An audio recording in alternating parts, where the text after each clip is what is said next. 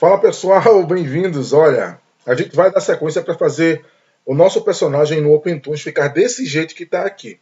Essa é a primeira forma que a gente vai deixar, onde a gente vai estudar o personagem. No caso, a gente já fez um estudo para ele lá no Photoshop.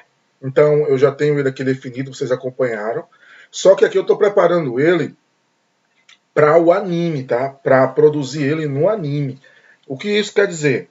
Quer dizer que tem uma diferença em relação não só ao programa, mas na forma de produzir, na hora da gente colorir, na hora da gente definir as linhas finais.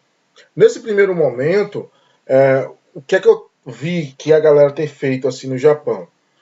Depois que eles fazem um rascunho e definem ali um personagem baseado nas informações que eles têm, eles começam ali a fazer um trabalho com um traço mais preciso, tá? Para realmente definir o que fica e o que sai. Porque a gente sabe que quando a gente está rascunhando, a gente vai procurando linhas, às vezes faz um certo rabisco aqui, outro ali, fica aquela coisa meio indefinida ainda. Mas depois que você terminou essa fase, você precisa definir a linha que você tem, que você quer que fique, e aí é nisso que a gente faz. Aqui, esse programa, o OpenToons, eu estou utilizando aqui um lápis, um brush, na verdade, simulando a nanquim. E aí eu já estou definindo aqui as linhas que realmente vão ficar. Isso é importante demais para que eu tenha uma definição depois que vai ficar guardada para mim e eu tenho sempre onde ir buscar as referências de forma mais precisa na hora de fazer a animação. Tá? Depois de fazer esse processo, aqui a gente está fazendo a bolsa, aí eu começo a definir onde vai ficar sombra, onde vai ficar luz. Aí aqui a gente vai usar algumas cores para isso, tá? Por exemplo, onde é preto, muito preto, preto total, a gente usa a cor verde naquele local. O vermelho a gente vai utilizar aonde vai ser luz, vai ter brilho, aquele chamado highlight. Então, se vai ter brilho, a gente vai usar o vermelho. E onde vai ter a sombra, não confundam sombra com preto, tá? Onde é preto mesmo, onde você não tem informação nenhuma. A cor ali é totalmente preta, eu uso verde. Onde vai ter sombra, e sombra, para a galera que colore, sabe que muitas vezes o truque é você usar aquela cor daquele ambiente mais escura.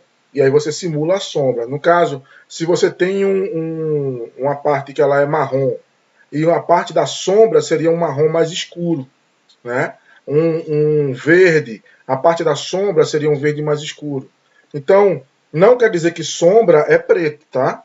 Por isso que a gente faz assim, eu utilizo essas marcações no azul para definir aonde vai ser as sombras, e lá depois, no finalzinho, é que eu vou fazer a paleta de cores para isso.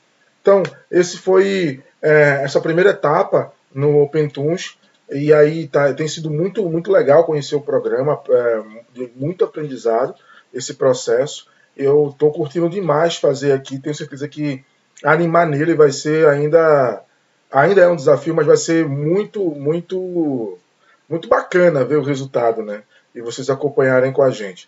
Mas tá aí o nosso protagonista nascendo e a gente definindo aí algumas questões. Eu vou pintar as áreas de sombra nesse processo de rascunho ainda. Eu vou pintar elas apenas de azul, tá? É um estudo de sombra, na verdade, que eu estou fazendo. Então, eu começo a pensar, ó, vai ter sombra de projeção aqui, vai ter sombra ali, e aí eu começo a pensar nessas sombras e vou colocando elas aí com a gente para depois na hora de colorir eu já ter a precisão, já saber exatamente onde colocar. Então isso ainda é uma parte do estudo, não é mais o rascunho, mas é uma parte importante. E logo depois eu saio colocando esse azul ciano, né, esse azul mais... Não é um azul ciano, esse azul é um azul mais navy, um azul celeste, para definir, marcar as áreas que vai ter sombra, tá? Então você vai ver as áreas que vai ter luz pintada de vermelho, aquele brilho. Você vai ter a parte flat, a parte que é só cor mesmo, toda em branco, e você vai colorir essa parte de azul, as áreas de sombra.